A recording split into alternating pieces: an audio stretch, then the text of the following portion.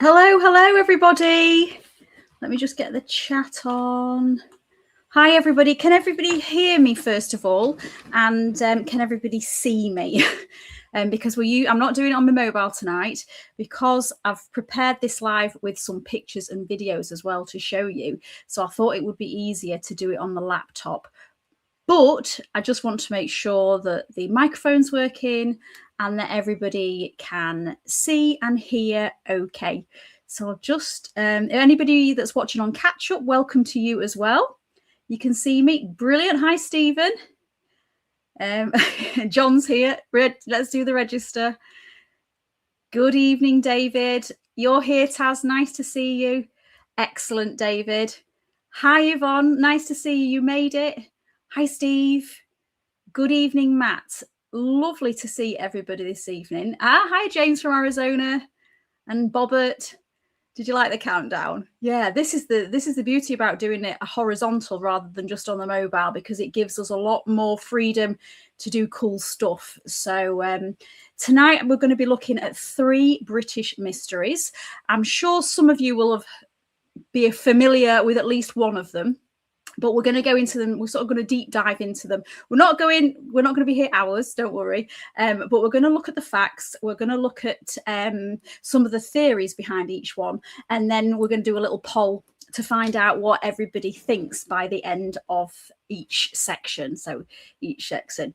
No, nothing's going arsey-varsey. That's good. I was worried the internet might be playing up.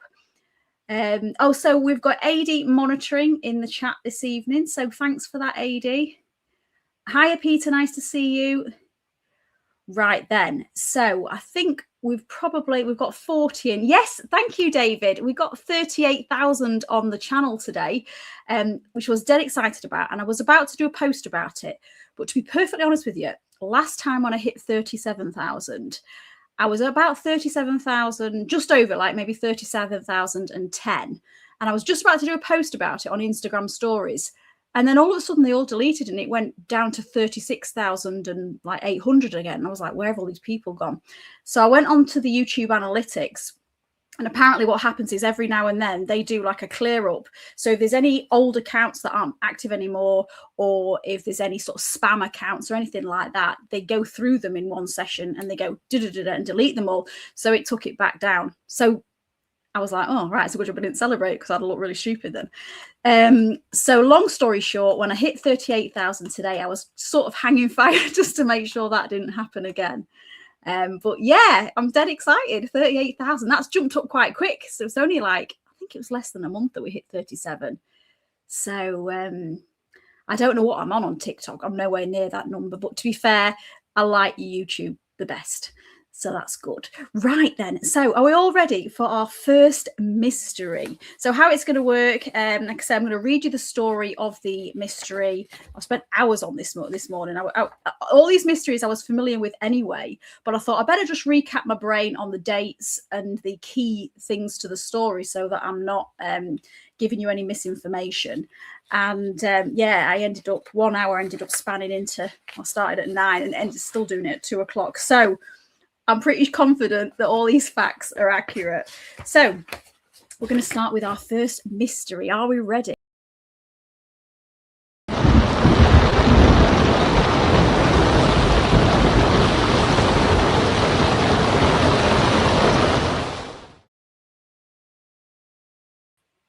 Okay, so we're going first off with the Flannan Isles Lighthouse mystery. So first off, just let me know in the comments whether you already know about this story or not.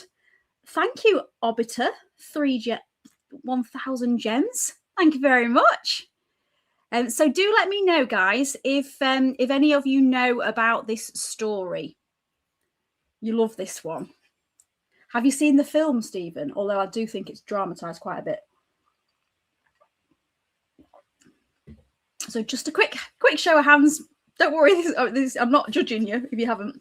You've heard about this one, Lenny, right? Okay, so it'll be interesting to see what you think about the about this one. Oh, thank you, Taz. You've read about it, right, David? You've not heard about it. It's a good one, this one. So, are we all ready? Right. So, yeah. So I'm just going to show you while we've got this on. These, this little dot here, I don't know if you can see where the A is at the top of the screen. That's where the Flannan Isles are. So very, very remote. This is where we are in the story. So it was December 1900, and it's around 20 miles west of the Isle of Lewis, far out in the Atlantic Ocean. And they stood the Flannel Isles, 7 rocky uninhabited islands, sometimes known as the Seven Hunters. On the largest island, Elion Moor, stood a lighthouse which had only been operational for around a year. Its light warned passing ships away from the dangerous rocks surrounding the island, and keeping it burning was the responsibility of 3 men. The principal keeper was 44-year-old James Duckett, an experienced lighthouse keeper with a wife and 4 children waiting for him at home. Alongside him was assistant keeper Thomas Marshall, a former seaman, and Donald MacArthur, an occasional keeper who was temporarily covering for a colleague on sick leave. So life on the island, it followed a very, very strict routine. The lamps, they had to be maintained, the machinery cleaned, and weather conditions carefully recorded. So it was a very military sort of precision. Everything was done exactly the same way all the time. Every few weeks, a relief vessel would arrive carrying supplies and replacement keepers if necessary. But shortly after midnight on the 15th of December, a passing steamship named the Archtor noticed something was wrong. The Flannan Islands lighthouse was dark.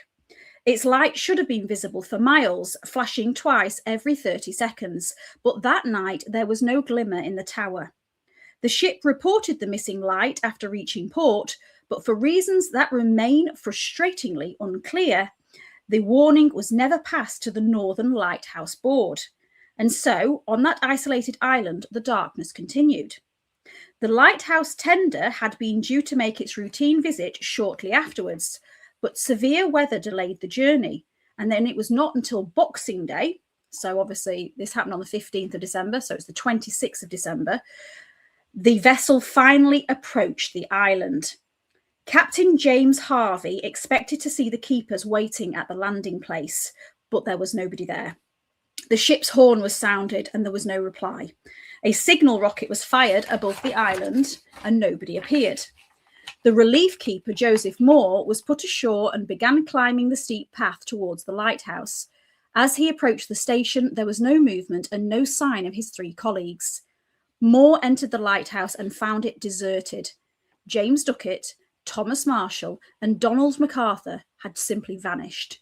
There appeared to have been no struggle inside. The kitchen had been tidied, the lamps had been cleaned and trimmed, the fuel fountain was full, and the machinery and lens were ready to use. 2 sets of outdoor clothing were missing, suggesting that 2 of the men had deliberately left the lighthouse wearing their sea boots and protective oilskins, but there was 1 set remaining behind.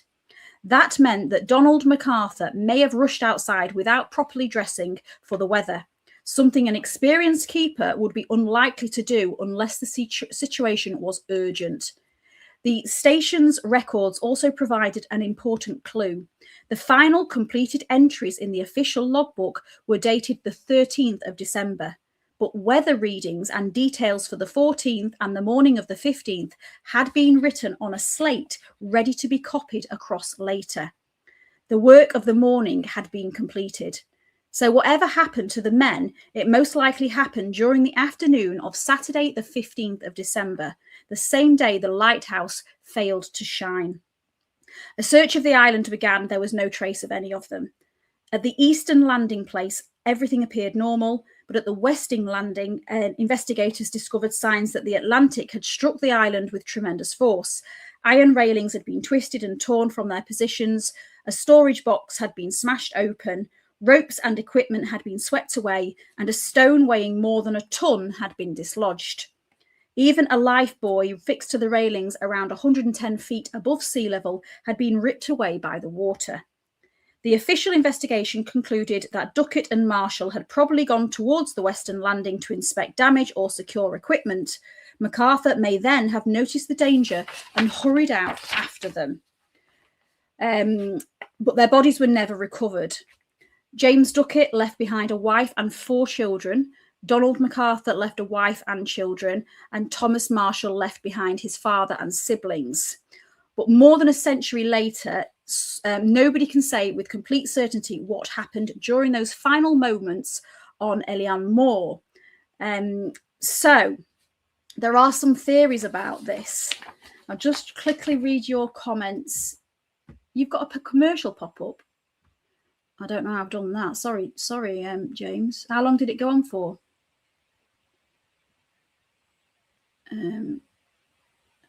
Right, I'm just reading through your comments. Yeah, I don't know if I've pronounced that Elian Moor right. I did give it a bit of a Google earlier. You've got commercial. Oh, was I still on the live? I didn't mean to put a commercial on. I don't know how I've done that.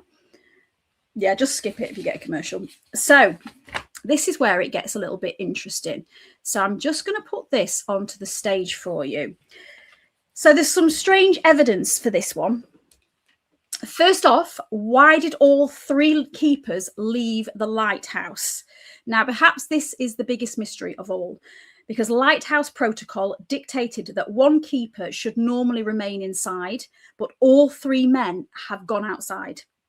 So what does everybody think could have been so urgent that all 3 men abandoned the lighthouse? Pop your answers down. Let's have a look. Yeah, I'm sorry if you're getting commercials. That must be something to do with the settings. I'll fix that for next time. It's YouTube. They're doing it on every channel now. Ah, right. Okay. Thank you, Groucho. A lighthouse without a light. Yes, very strange. It is a good mystery, Peter. It is a good mystery. And they did make a movie about this story. And I've got a little clip of the trailer to show you shortly when we get more into these theories. So you thought there was a ship coming in, Taz, and they all went out. Okay. Did one of them leave their waterproofs in the lighthouse? Yeah, there's one set still in the lighthouse. However, it's so unusual apparently for them to do that because the weather in the island in the middle of the Atlantic was not the greatest, so they would have needed it. If the other 2 have got out with those oilskins on, then chances are the other guy would have needed it as well. I suspect one got into trouble and the other 2 went out to help. I think that's a strong theory, that one, Lenny. Strong winds, yeah. Ghost ship, Taz, yeah, maybe. Okay, so the second thing we need to look at in the evidence is, again, what we've just been talking about, Groucho, that 1 keeper seems to have left without his oilskins. So when relief keeper Joseph Moore arrived, 1 set of the waterproofs was still hanging inside, suggesting one of the men rushed out without stopping to put them on. So did he run out to rescue the others? That does seem the most plausible situation because, he would have needed these clothing. I think I should just watch this as I know the story. Fair enough, Steve. Fair enough. Lighthouses can drive man mad. Yeah, I mean, it's very, very isolated. Zombie pirates, for any who've seen the fog. Yes, I've seen the fog, Gavin. Mary Celeste. Bad weather trying to save mates. Yeah, I mean, these were really experienced keepers. Let's go back to the facts again. So James Duckett, he came from a family of lighthouse keepers. I think he was like 3rd generation lighthouse keeper, and he was like in his 40s, so he'd been doing this a very long time. The second chap, he was doing it for years and years and years. It was in his blood. And the other guy, although he was a replacement, it wasn't his first rodeo, shall we say. So they should have all known that they would have needed to put their clothes on, and they would have been used to weather like this. A giant octopus. Yeah. Hey, in Ohio, don't worry if you're late. You can still join in on this one, and then we've got another 2 after this one. There's a story in the Isle of Skye where a boat turned up with no crew. Ooh. You might have heard screams and ran out without putting his water. Yeah, that could have happened. Rogue Wave put one of the two in a bad situation. The other one shouted for help from the third. That is definitely possible, I would have thought. Okay, so the third situation, a scene of destruction. So the lighthouse itself stood firm, but the western landing told a different story. Investigators discovered twisted iron railings, shattered equipment, a massive boulder that had been moved, and a life buoy torn from its mount high above the sea. So what kind of force could do that? And could 3 experienced lighthouse keepers have stood a chance? Rogue Wave. Yeah, possibly. An electronic rodeo in a lighthouse. Massive storm. Yeah, possibly. Did Strange But True ever cover this? I don't remember seeing this story on Strange But True.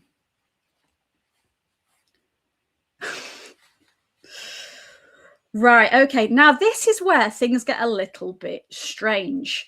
And there are debates about whether all this information is true or whether it was dramatized, should we say, because obviously this was a big story in the papers at the time. So we're looking at the eerie scenes inside the lighthouse. So remember, everything in the kitchen was all cleaned. They had clearly carried on with their routine for the day. But reports describe an overturned chair, a stopped clock, and an untouched meal on the table, giving the impression that the keepers had vanished in the middle of ordinary life. These details have become part of the legend, although historians are debating how firmly they are supported by the original investigation.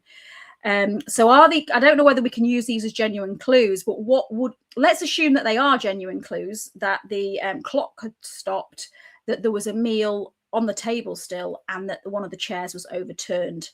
What do we think about that? How does that fit in with our theory about one of the guys, 2 of the guys maybe getting into danger and the last one running out? Or is there any other theory that changes because of those scenes inside? No radio really back then. What about UFOs? That is one of the theories, Bruce, and we will get to that.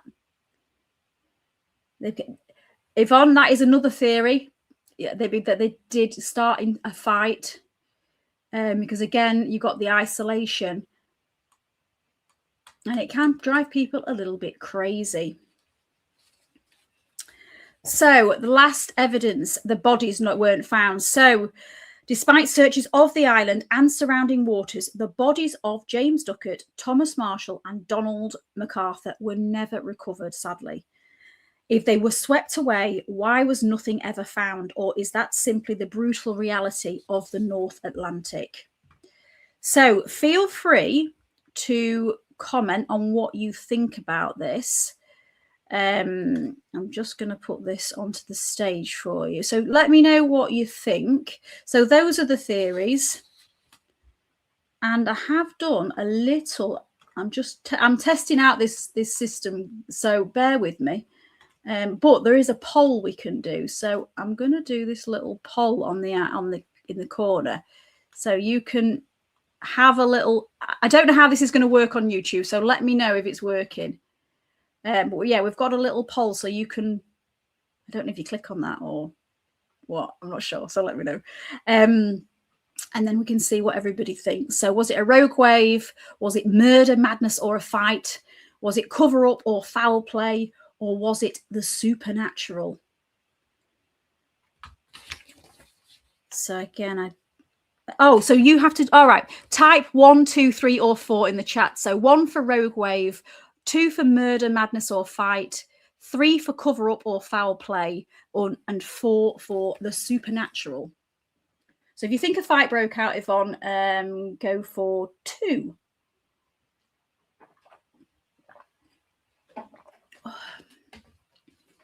This is interesting to see what everybody thinks.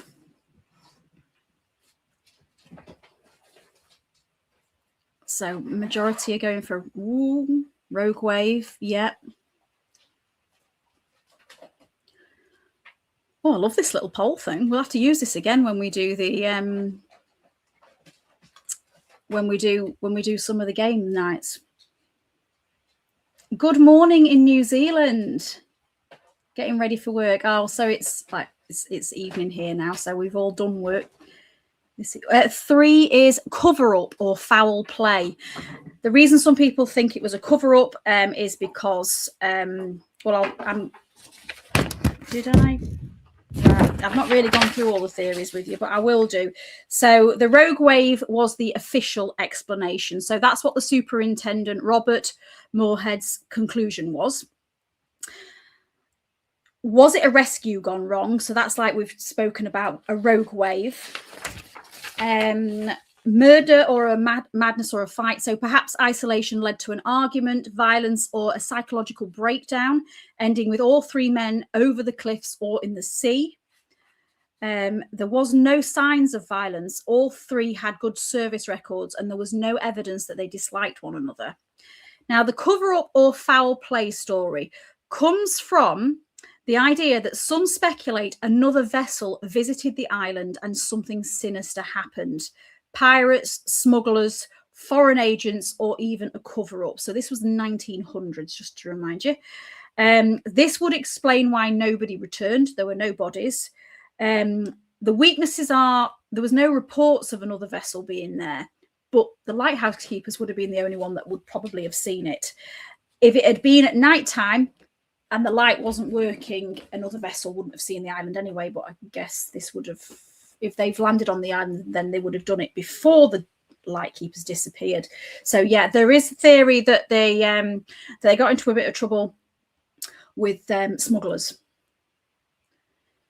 So this is interesting to look at the has everybody voted now? Yeah, it's so much better than counting up the answers. I mean, those of you that have been on the channel for a while, you know, when I'm writing down A, B, and C, and it all goes a bit crazy, doesn't it? So we've got New Zealanders and Canadians in, thinking rogue wave, but yet again, after death, who knows? Supernatural can be in play. Yeah. Who knows? Right. So what I'm going to do now, if any of you don't know, there was a movie about this, although it was very much dramatized and it's not like actually historically accurate because nobody knows exactly what happened. But I'm going to play it for you, but I'm just going to pause this. Just going to pause the poll for a minute. You can come back. If you haven't voted, you can come back and vote again in a second. But I am just going to play this for you because I think you'll like it. Spoken, and we are dead.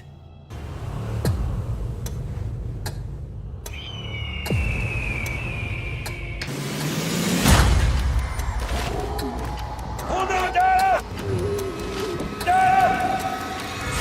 More dangerous than you think. Go back. Pay for what we've done.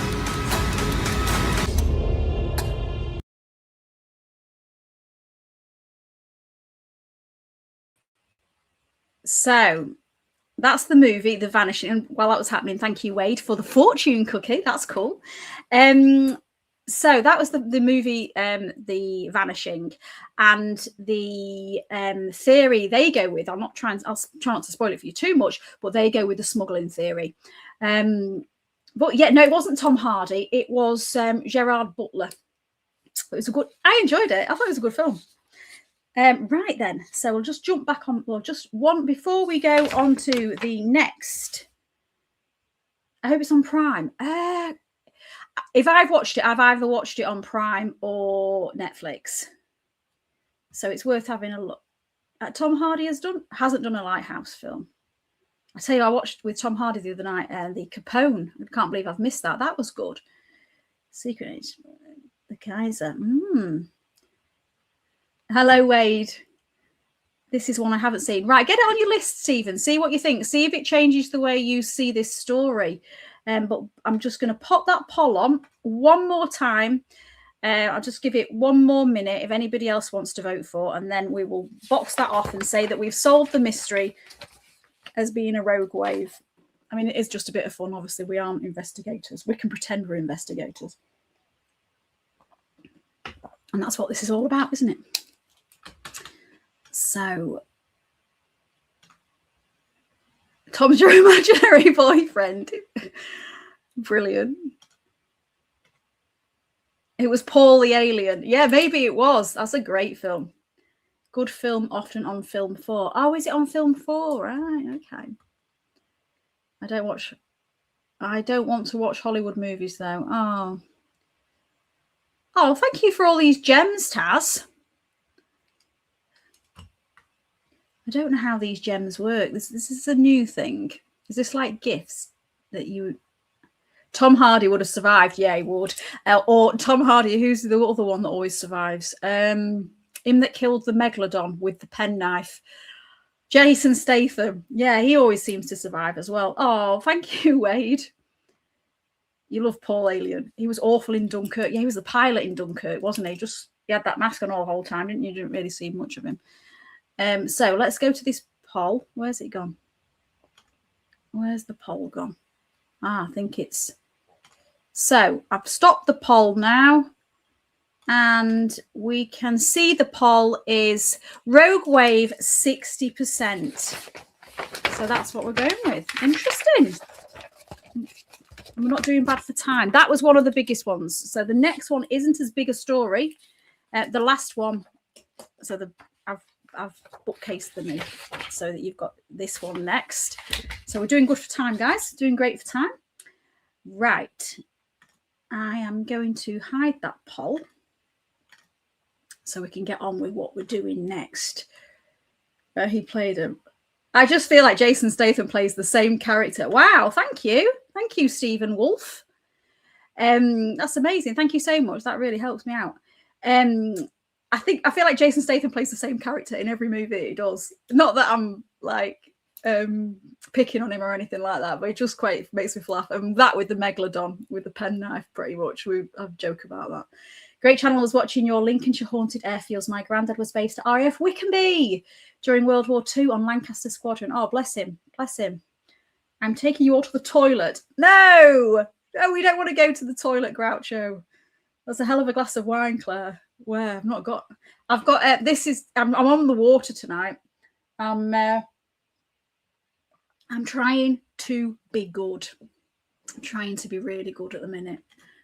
Oh, yes, Taz has been a member for 2 months. I don't know how you guys are doing this, by the way. It's very clever. So yeah, Taz has been a member for 2 months now. Thank you, Taz. And if you want to be a member, you can. It starts from $2.99 a month. You get access to exclusive videos. You get special emojis. And you also help me out massively as well with petrol and stuff like that.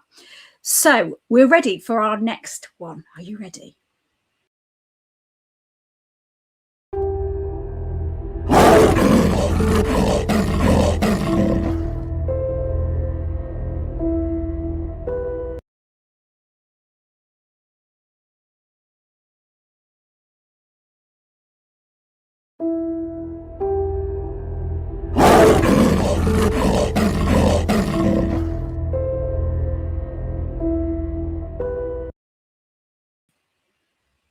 Right then, so the next one is Big Cat Sightings, and this is one we have discussed on the channel in the past. When we did the Cannock Chase video, there was obviously Big Cat Sightings there, and then I think when I did the New Year's video, New Year's Eve video in between Christmas and New Year, when we went through some of the weird stories from the year, there was a few big cat sightings on that as well. So Beast of Bodmin, yes. Thank you, Wade, if I haven't said thank you. A butterfly, that's nice. You've been here a long time, but becoming member 2 months, been here from the start. You have, Taz. Taz was here, yeah, when you had your channel, Lads on the Trail. You were here then, weren't you, as a member? On the box of Frosties every time we do a shot. Geez, and that was being played. Yeah, Adi was sat behind me earlier and I was making these little slides for you and I was testing out different animals, leopards and panthers, and it had to sound accurate, and he was on the Teams meeting and was like, what is going on behind you? So it's just my wife, she's just making a video. Oh, thank you, Bill. There are big... Right, so I'm going to, first of all, before we go into all the facts and figures and all that sort of stuff, let me know, let's do a quick shout out. Do you think there are big cats roaming the British Isles? Oh, thank you, Yvonne. Thank you. I appreciate that. Cute corgi. So what does everybody think? Are there big cats roaming the British Isles? And have you seen one? Feel free to shout out if you've seen one. While we're doing that, you think there are, David? Yeah. So I'm going to read a bit of bump for anybody that's watching. Maybe you're watching from overseas and you've not heard about any of these big cat sightings that we're having in the UK. So I'm just going to give you a little bit of story behind it. So Britain isn't meant to have big cats, let's just say that. So the largest wild cat we officially have is the Scottish wild cat, which I have a picture of. There we go. There's the Scottish wild cat. Okay. So that's the Scottish wild cat.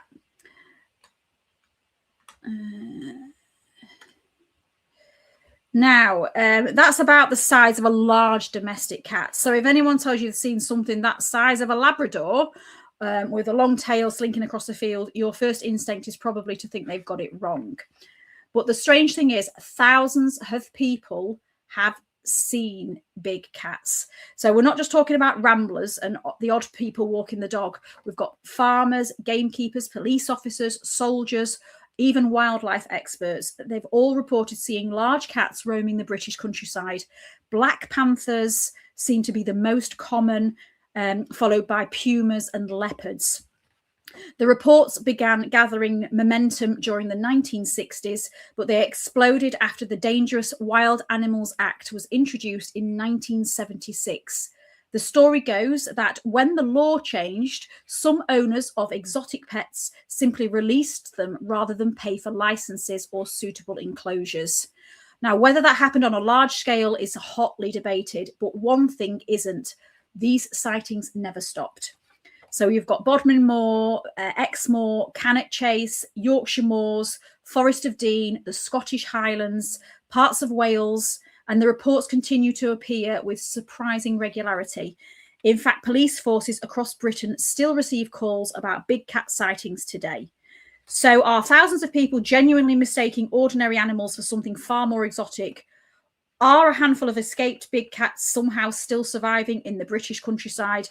Or could there actually be a small breeding population that's managed to stay hidden all this time? We are going to look at the evidence. So I'm just going to look at your comments before I jump on. Oh, you've seen one, Taz. Where did you see one? Thank you, Wade. Alien big cats in Britain are certainly possible, but no proof. No proof. Well, I'm going to tell you about some proof in a minute, Steve. I came across a website as well that was big cat sightings. So if you do see any big cat sightings and you don't want to report it to the police necessarily, there's a website where you can document where you saw that, and they're gathering all this information. You've seen one in North Yorkshire. Yeah, I think I've got some reports from North Yorkshire here. I'm sure I've got some paper missing here. I think I have got some paper missing here. Let me just go on to my laptop. I'm on my laptop because I had some information about the sightings that were, can't find it now. This is me. Sightings. There was a police force that said, let me get my big cat sightings, live stream mysteries. Right. Okay. Where am I? So sorry. Right, I'm just going to go. I found some police reports on here. That's the next one. Right. Right, Humberside Police. Yeah, I've not got that written down here. Yeah, Humberside Police made headlines in 2003 after acknowledging they believed large cats could be living in the Yorkshire Wolds. But there was some near Driffield as well. I'd written down. Anyway, I'll find that later. But I'm just 100% Lenny, yeah. My Elvis was quite big. I don't know, there was a lot of food for them. Yeah, there is a lot of food for them to eat. I find it unusual, though, that they've not attacked any humans. Thank you, Wade. Stated a cougar. Saw one, but it was very close to a certain North Yorkshire theme park zoo. My auntie Gazella saw a panther-like cat near Lawton Common in Gainsborough. I've heard about a sighting in Gainsborough before. 8 more hits to go on the target. Top left. I can't see the target, AD. But yeah, I did. YouTube keeps passing me these things to try. And one of the things was set a goal. So I've set a goal that if we get, I think it was 10 gift things, then I'll do another one of these mystery things. So yeah, there's a Black Panther Devon story in here. So what I'm going to do, maybe escape from a zoo.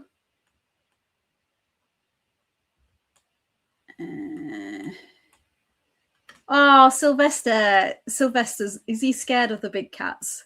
Anybody that doesn't know, Sylvester is Taz's cat. The owner of the Isle of Wight Zoo man used to walk the tigers on the beach by it, right? Really? There was a sighting around the area a few years back. Channel called True Proof has seen a panther in Wales. Oh, right. Okay. So what I'm going to do now, I'm going to add to the stage. Can you all hear me, by the way, when I do these little card things? I'm hoping it's not cutting the sound out. Oh, thanks, John. So John's gifted a membership to somebody. Right. So here we've got the facts. So, yeah, in 1980, a puma named Felicity was captured in the Scottish Highlands. She was tame, healthy, and almost certainly an escaped pet. But was she a one-off? Or proof that exotic cats have been released into the British countryside? You can hear me. That's cool. Thank you. So there was Felicity. Then we've got the Dangerous Wild Animals Act, which we've mentioned before. So reports increased dramatically after the Dangerous Wild Animals Act, which made keeping exotic pets much more difficult. Now, in the Cannock Chase video, what did I say? Ah, brilliant. In the Cannock Chase video that we did, I think that's nearly 2 years old, that video. But somebody commented on it the other day and said they knew of a family that lived near the chase that used to let their exotic animals out whenever they did something they shouldn't have done. So I think one of them attacked a local horse or something. And so to avoid getting into trouble, they let it out. So they didn't name names or anything like that, but it makes it plausible. We've got a new member. Awesome. Welcome, Stephen. I hope it's illegal to have exotic pets. Hiya, Kevin. Wallabies. Where do you live, Garen? Big Cat's been spoken. Absolutely. So right back from the so there was more sightings after those people believe that they were letting them out, releasing them into the wild. There's no obviously evidence of this. We're just speculating. So the police are still investigating reports. So Devon and Cornwall police logged reports of panthers, lynx, and even a lion. Officers attended several incidents and checked local zoos to make sure no animals had escaped. So I was reading some of the police reports from Devon and Cornwall. I think they were from 2005, maybe. Don't hold me on that. And somebody had actually phoned up and reported they'd seen a lion, which the police rang round all the local zoos and they hadn't had any escape. But yeah, there was some interesting reports on there of different cats that had been seen. Now, interestingly as well, these sightings are still going on. So I had a quick look. Oh, before I move on to that, so the multiple detailed description. So yeah, the eyewitnesses that are coming forward, they are describing the correct terminology for what these animals are. So there was one guy, I don't know, I've definitely lost a page here. There was one guy who had reported seeing, I think it was a jaguar, but he'd lived in South America, he'd lived in Brazil, so he knew what one looked like.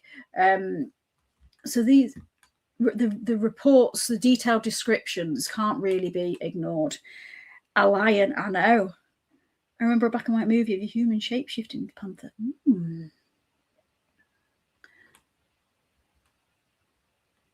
So, yeah. And then the DNA confirmation. So I don't know, again, I think I did a post about this last year. In Cumbria, a lady witnessed what she thought was, she said was as big as a Labrador, eating the carcass of a sheep. Now, she had the noggin to get some swabs from this. And when they DNA tested it, it came from the Panthera genus. So the DNA, which comes from lions, leopards, tigers, and jaguars, but they couldn't identify the exact species.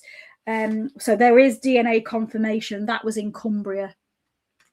Oh, bless you, Taz. Thank you. Hemel Hempstead, they escaped from Whipsnake Zoo years ago. Oh, that's interesting.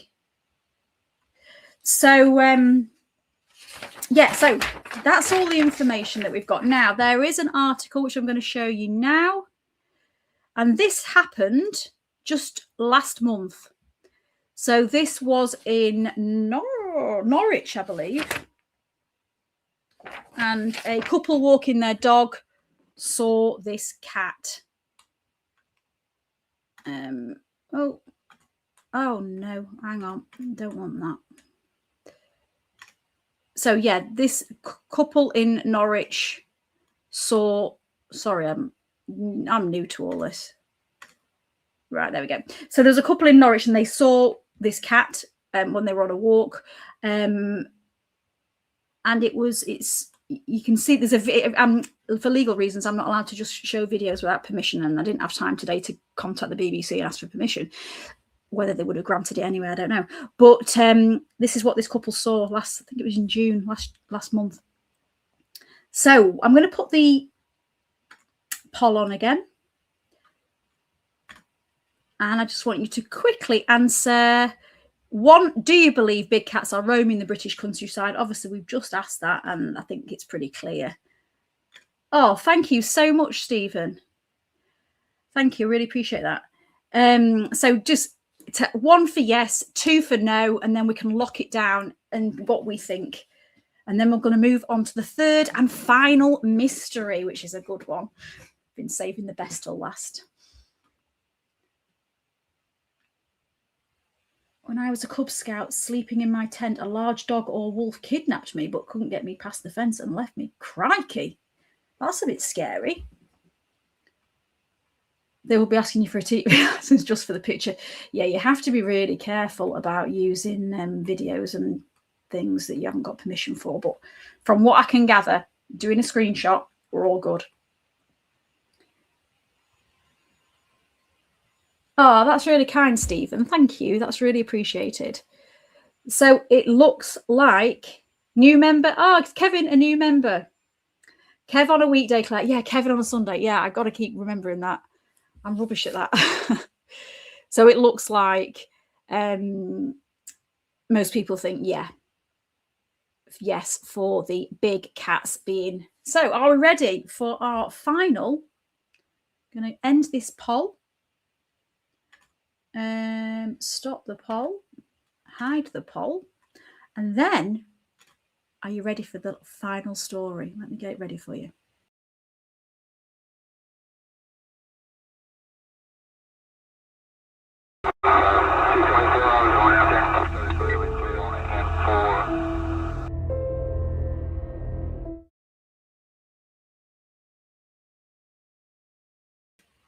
Right, so Rendlesham Forest incident. I've spoken about this before. I've done little shorts on it before, but tonight we're going to be discussing it in more detail. Now, before we start, if you haven't heard about the Rendlesham Forest incident, yes, now we're talking, Lenny. Yeah, if you haven't heard about it, because I know a lot of you have. If you haven't heard about it, or you just need a little bit of a recap, because let's face it, this was back in the 80s, then I'm going to just briefly run through it for you with the facts. And then we are going to discuss it. And we are going to listen to the audio that was taken on that evening, the actual official military audio, which I listened to today from start to finish. I've picked out the best bits so you're not here all night. And yeah, it's interesting. So, Rendlesham. Now, before I get kicking off, I am going to add this to the stage for you so you can see This is the map of Rendlesham Forest. So as you can see, there's some RAF bases surrounding it. So I'll put that on so you know where we're going with this. So it's Christmas 1980. Between two adjoining military bases in Suffolk lay Rendlesham Forest, a dense area of woodland separating RAF Woodbridge and RAF Bentwaters. Although they were Royal Air Force stations in name, both were being used by the United States Air Force during the Cold War. Oh, thank you, Lenny. Just after 3 o'clock on the morning of Boxing Day, security personnel at RAF Woodbridge noticed strange lights descending into the forest beyond the perimeter fence. Fearing an aircraft may have crashed, 3 USAF security policemen were sent to investigate. Staff Sergeant Jim Peniston, Airman First Class John Burrows, and Airman First Class Ed Cabansag. Sorry if I've pronounced that wrong. As they entered the forest, they reported seeing unusual lights moving amongst the trees. What happened next is still highly debated. Okay, so Peniston would later claim that they encountered a triangular object resting in a small clearing. Burrows also described seeing strange lights, although the exact details of the men's accounts differ and have changed over the years. News of the incident quickly spread around the bases. Then, 2 nights later, in the early hours of 28th of December, fresh reports of unusual lights prompted another investigation. This time, the search was led by the Deputy Base Commander, Lieutenant Colonel Charles Holt. Holt and his team entered Rendlesham Forest carrying radiation monitoring equipment and a tape recorder. That's what I'm going to play you soon. Throughout the search, Holt recorded his observations as lights were seen in the forest and in the sky above. A few days later, he wrote an official memorandum summarising the incidents for the Ministry of Defence. That document, now known simply as the Holt Memo, would eventually become one of the most famous UFO reports ever written. More than 40 years later, Rendlesham Forest remains Britain's best-known UFO case.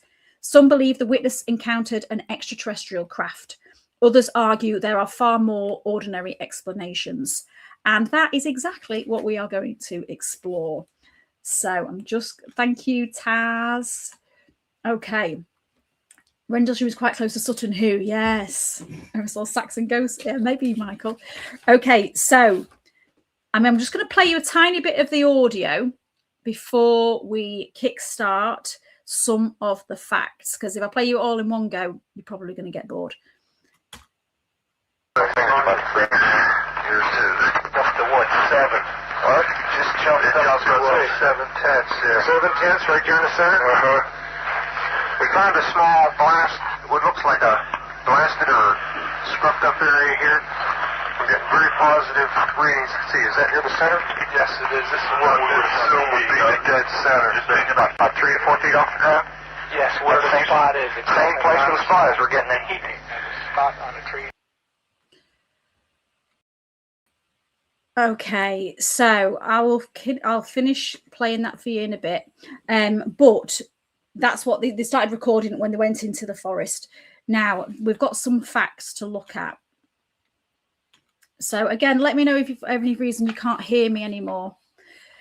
So fact number 1, it unfolded over 3 nights in total. So most people think Rendlesham was just a single UFO sighting. In reality, unusual reports were made between the 26th and the 28th of December 1980 involving multiple groups of USAF personnel from RAF Woodbridge and RAF Bentwaters. Lesser known fact, the famous Holt investigation actually happened 2 nights after the initial sighting. Can everybody still hear me all right? Just give me a... could everybody hear me all right when I was just reading that? Because I don't know how this works.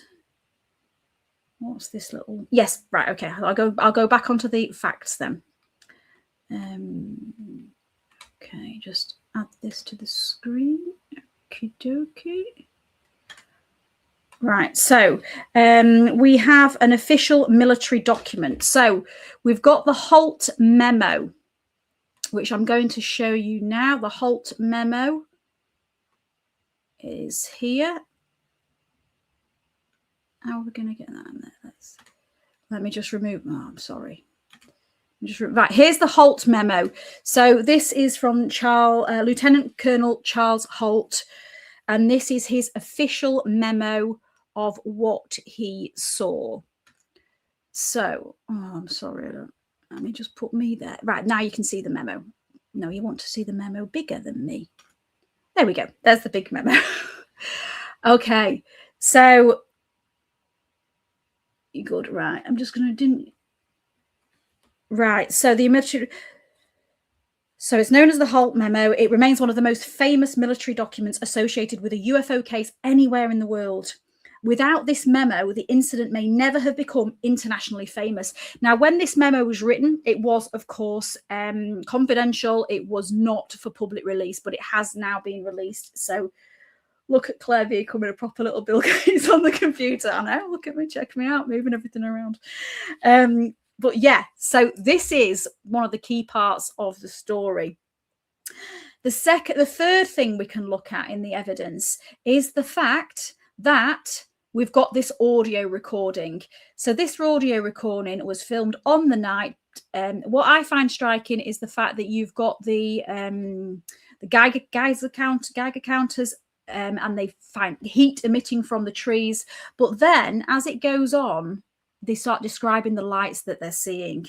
So let me know if you want, just shout out if you would like to hear the rest of that memo and the audio from what happened on that evening, and I'll play a little bit more of it. Just say yes or no if you want to hear the rest of that. Because the audio, yes, okay, Stephen, right, yeah, right, okay, let me get that on for you then. Picked up the same thing, one off to your right. 3 trees in the area, immediately adjacent to the site, within 10 feet of the suspected landing site. We're picking up heat reflection off the trees. Okay, stop. Right on. Hey, this is eerie. This is strange. Here, somebody want to look at the spots in the ground? Whoops, watch your nose. We're walking all over the park, sir. Okay, let's step back and not walk all over it. Right here, see it? Okay, get focused on it. Tell me when. There is an after effect. What does that mean? It means when the lights are turned off, once we are focused in and allow time for the eyes to adjust, we are getting an indication of a heat source coming out of that center spot, which will show up on heat or some form of energy. It's hardly heat at this stage of the game. Looking directly overhead, one can see an opening in the trees plus some freshly broken pine branches on the ground underneath. Looks like someone came off about 15 to 20 feet up. It's deathly calm. There is no doubt about it. There's some type of strange flashing red light ahead. It's yellow. I saw a yellow tinge in it too. Weird. It appears to be maybe moving a little bit this way. Yes, it's brighter than it has been. Yellow. It's coming this way. It is definitely coming this way. Pieces of it are shooting off. There is no doubt about it. This is weird. To the left. Yeah, definitely moving off. Two lights. One light to the front, okay. One light to the left. Keep the flashlights off. There's something very, very strange. Get the headset on. See if it gets any stronger. Okay. Give us your rundown. Notation that this is on the beta reading too. Right, before we play, there's just another couple of seconds on that. But before we do that, I just want to ask you all what you all think so far. So that's them describing, obviously, what they're seeing. We're going to find, then they're going to describe more of the lights and it coming before them. So what does everybody think of that audio footage so far? I had perfect health until I provoked UFOs to record them. Do you know what I find is interesting is some people that I've spoken to that have seen UFOs don't just always see them once. They seem to come back and see them again. This did happen, no doubt. The fact it's from the 80s, they say in all this with limited comms, says there's things out there we can't explain. Very good, yeah. Yeah, it is crazy, that footage, that audio, I think. And yeah, earlier on, I sat and listened to the whole 17 minutes of it. And yeah, I think if you get time, then have a look online and So before we carry on, so we've listened to the audio, and I will play the final bit of the audio while we're doing our poll in the minute, but I'm just going to add this to the stage for you. So there was a physical investigation. So the investigators documented ground indentations, broken branches, radiation readings. I mean, you can hear the counters going off on the audio. Compass anomalies reported by some witnesses. They were also reporting that the farms nearby, the animals were making all sorts of strange noises. Now, this evidence is real. The interpretation of it is what is dividing everybody's opinion. And number 5, the case did not end in the 1980s. Of course it didn't.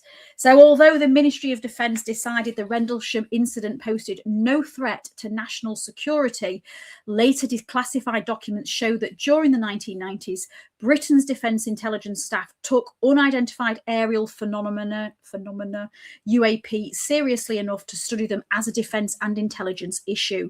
They weren't trying to prove that aliens existed. They were asking whether unexplained objects in British airspace could represent advanced foreign technology or another potential threat. So Rendlesham may have faded from official attention, but Britain's interest in unexplained aerial phenomena did not. Now, obviously, we've got the explanations, and one of the explanations is that this was misidentification. So some people believe it was a beam from a local lighthouse, that it was bright stars, particularly Sirius. You've got explanation 2 being secret military activity. Now, I'm going to do a poll in a minute. So both RAF Woodbridge and Bentwaters were Cold War air bases used by the US Air Force, and some records from the period remain classified. Was this a genuine military secret, or is there no evidence to support that idea? Hiya, Northman. Another theory suggests that now this is the one. I'll see what you think about this. So one of the theories is it's human psychology. So another theory suggests that incidents grew through expectation and memory. The first reports may have influenced later witnesses, while memories changed and became more detailed over the years. Supporters of this explanation point out that some of the most extraordinary claims only appeared years after the event. Can sincere eyewitnesses unintentionally create an extraordinary story from an ordinary event? And then, of course, the final explanation, extraterrestrials. So that's what lots of us think it is. That's what makes this case famous. People believe that it was non-human origin. So I'm going to give you the rest of that audio with the poll, and we can find out what everybody thinks. So there's the poll. So what happened at Rendlesham Forest? If you think it was misidentification, that maybe it was the lighthouse or maybe the stars, press 1. If it was secret military activity, press 2, and whether that was British, American, Russian, whatever. If you think it was just human psychology, press 3. Or if you think there was something extraterrestrial going on, press 4. Now, while you choose, I'm going to play the very last bit of that audio. Okay. Has been removed. Okay. This is falling off it again. But it just moved to the right. Yeah. Off to the right. Strange. Oh, what are you doing left? Objects. Half moon shape, dancing about with colored lights on them. But, gets to be about 5 to 10 miles out, maybe less. The half moons have now turned into full circles. Because I know there was an eclipse or something there for a minute or two. 3:15 now, we've got an object about 10 degrees directly south, 10 degrees off the horizon. And the ones in the north are moving, one's moving away from us.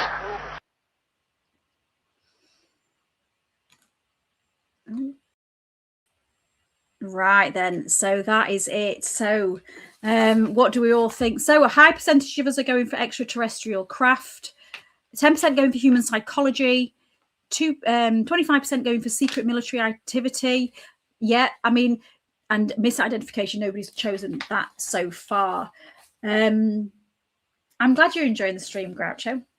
thought it was something a little bit different we could do this evening. If it was Area 51, I would have said a secret, but because it's in the UK, I'm saying UFO. Okay, that's in, yeah. Yeah, thank you, everybody. Everybody's support is amazing. And thanks for everybody for turning out as well. It's been interesting, this one. And to be fair, it was interesting to put together as well. So, and thanks for all the donations. Have we hit the target? I can't see the target. So anybody that's just joining or watching catch up, we've put a target on. So if a certain number of things were sent, we were going to do another one of these next week. Three different mysteries. Got shut down as I watched the video on it. With 3 off. Right, well, it carries on after the video is finished. So I think it carries on for, I set it for 2 hours, I think. So, or 3 to go till I topped up. Have you topped it up, AD? Right, okay. You're trying to get me do another one because he knows how long it took me. Kept me quiet. Right, so let's have a look. I think then we can finish this poll. So it's interesting, the results on this poll. Do you like it, David? Brilliant. Oh, thank you. Thank you, Garen. 53 minutes. Oh, so there's 53 minutes to go. So I would think that some people might join later. And if they... Oh, bless you, Gratcha. I'm not, do you know what? Nobody has to donate anything. Just giving me your time and being here is amazing. And it's lovely to get a chance to chat with everybody as well. And I know because we've not been on for the last couple of weeks and I've missed speaking to you all. So before I leave, so the polls were, let's just have a look. So the first one was the Flannel Isles mystery and we went for Rogue Wave. The second one, are British cats roaming the British countryside? We think yes. And what happened at Rendlesham Forest? We're going with extraterrestrial craft. So interesting. Now, this Sunday, we have a very special. Oh, bless you. Thank you. Thank you, Michael. How do you send the gems? No idea. No idea. You'll have to ask Taz. He sent loads. There was also the bit about one of them having binary 1 and O's in his head that spelt out a message. Oh, wow, that's cool. So we missed you. I'm glad you've enjoyed it. Haunted castles. I have to do some more haunted castles. Funnily enough, there is a castle in Sunday's video, but it's only a tiny little bit of a castle. So this Sunday we have it's Tom Thumb. So who remembers Tom Thumb from their childhood? Well, we are visiting the grave of Tom Thumb. So if you think Tom Thumb is just a fairy tale, next video might change your mind. Oh, Stephen, thank you. You can get 50 gems for free if member of channel. So you don't like haunted castles. Yeah, so that's what's happening this Sunday. We are going to explore the folklore of Tom Thumb, and we're going to visit a grave that is meant to be a tiny little grave of Tom Thumb, and we're going to look at some other evidence that surrounds Tom Thumb and some of the history behind it. You have, Wayne. We're at the end now, but you can watch it on catch up. You'll still be able to get involved. You just won't be able to join in the polls. But we've done 3 mysteries in quite depth.